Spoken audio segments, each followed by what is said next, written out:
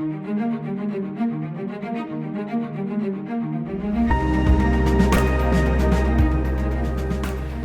morning.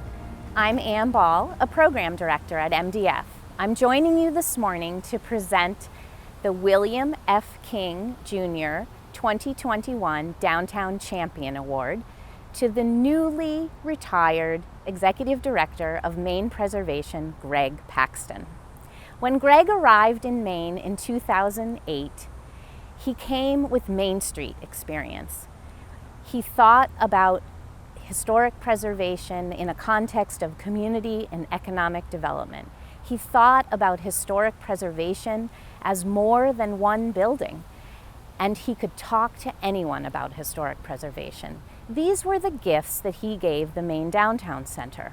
I had the opportunity to serve with Greg on numerous accreditation team meetings.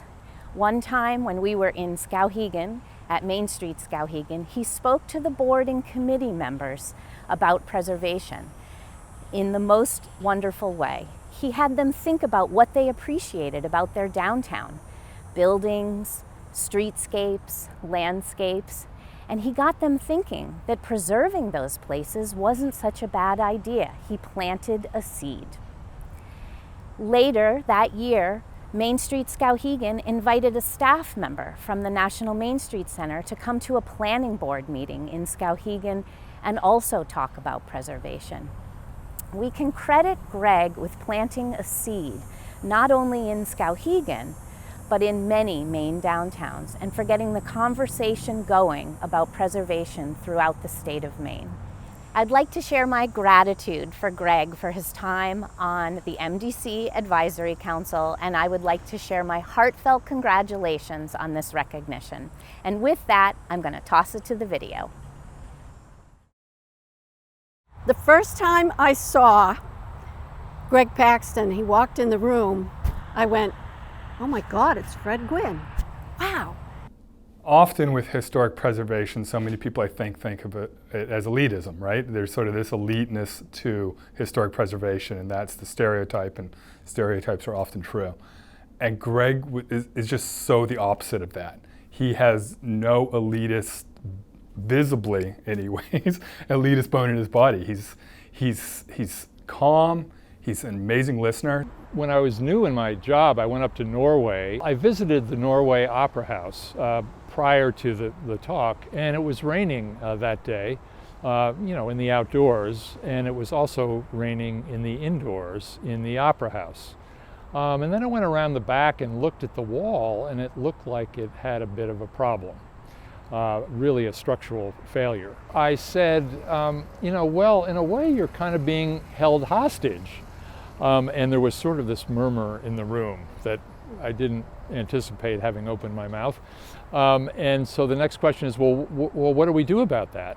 And I said, well, there is some structural problem with the rear of the building. It could be a public safety hazard, so the town could condemn the building. Well, at that, there was a lot of murmuring in the room. David Holt, the town manager, very graciously after the talk said, that's an interesting suggestion. I wished you'd made it just to the select board.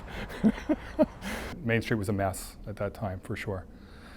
And some local people really understood the potential of Norway.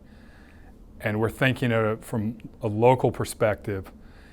And one of the great things that Greg was able to do was really able to bring sort of state resources to bear and state attention. The townspeople really got behind this project, raised the money that was necessary, and then donated it to the Norway Opera House Corporation. Well, by 2013, that corporation had done a $1.4 million rehabilitation, and all of those storefronts were occupied. One of the first things he did before he even came to Maine was to work with the folks at Smart Growth Maine and the Maine Office of Preservation, the Maine Commission, Historic Preservation Commission, and also the Speaker of the House office to work on the historic preservation credit. It's amazing, this tax credit, what it's done in Maine. It was passed in 2008. And since then, there have been about $600 million, more than $500 million invested in Maine, primarily in buildings owned by Mainers, but often with out-of-state investors. So we're taking other people's money, rehabilitating our heritage, and then using it in a contemporary way. And so really everybody ends up benefiting. So the second piece was being able to have some technical assistance from his shop, which has been invaluable, because a lot of times we're working with people who they have ideas, they want to do something, but they're not quite sure how am I supposed to approach this. Downtown Norway didn't lose a single business during the last year in COVID. And that again speaks to that sort of resiliency of the revitalization effort that has been built over the years that he's been such a vital part of. Well, thank you very much. I'm really honored to be recognized. There are a lot of others that I think deserve this more than I do, but I'm very pleased and grateful for this recognition. I have a lot of people I'd like to thank. First of all is the predecessor in my job, and also the predecessor of getting this award, and the predecessor for Ann Ball, and that's Roxanne Eflin. And she's now in Colorado, but grateful for all of her efforts. Bill King, after whom this award is named, is really an amazing asset for Maine. And his compatriot Jane Palmer, the two of them go together in the same sentence and are incredibly helpful for this program.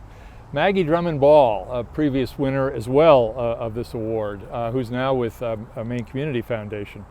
Andrea Burns and David Holt, former winners. I already mentioned them a little bit in Norway. And Shannon Haynes from Waterville, who is a great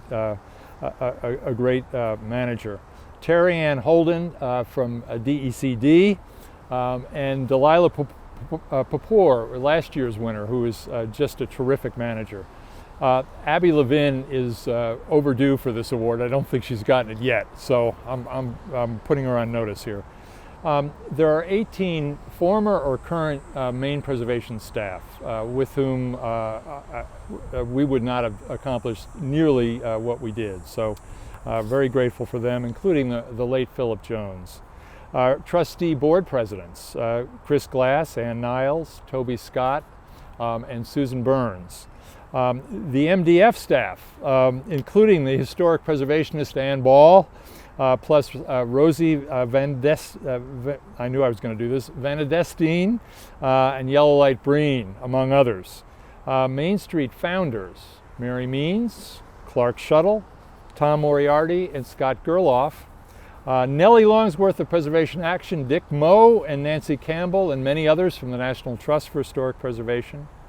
The late Francis Edmonds of Historic Charleston Foundation, and Bradley Hale and Marguerite Williams of the Georgia Trust, and my wife Lynn Werner and Burke Paxton, who have put up with my ADD and overbearing work ethic for years. So thank you very much. Hi, I'm Dan Walsh, President of Norway Savings Bank. Norway Savings Bank is proud to sponsor the William F. King Jr. Downtown Champion Award for 2021. We're especially proud because this year's recipient is Greg Paxton. Greg won the award this year for his tireless efforts to grow and advance historic preservation in Maine. Greg just capped off a 48-year career, the last 13 of which have been as the Executive Director for Maine Preservation.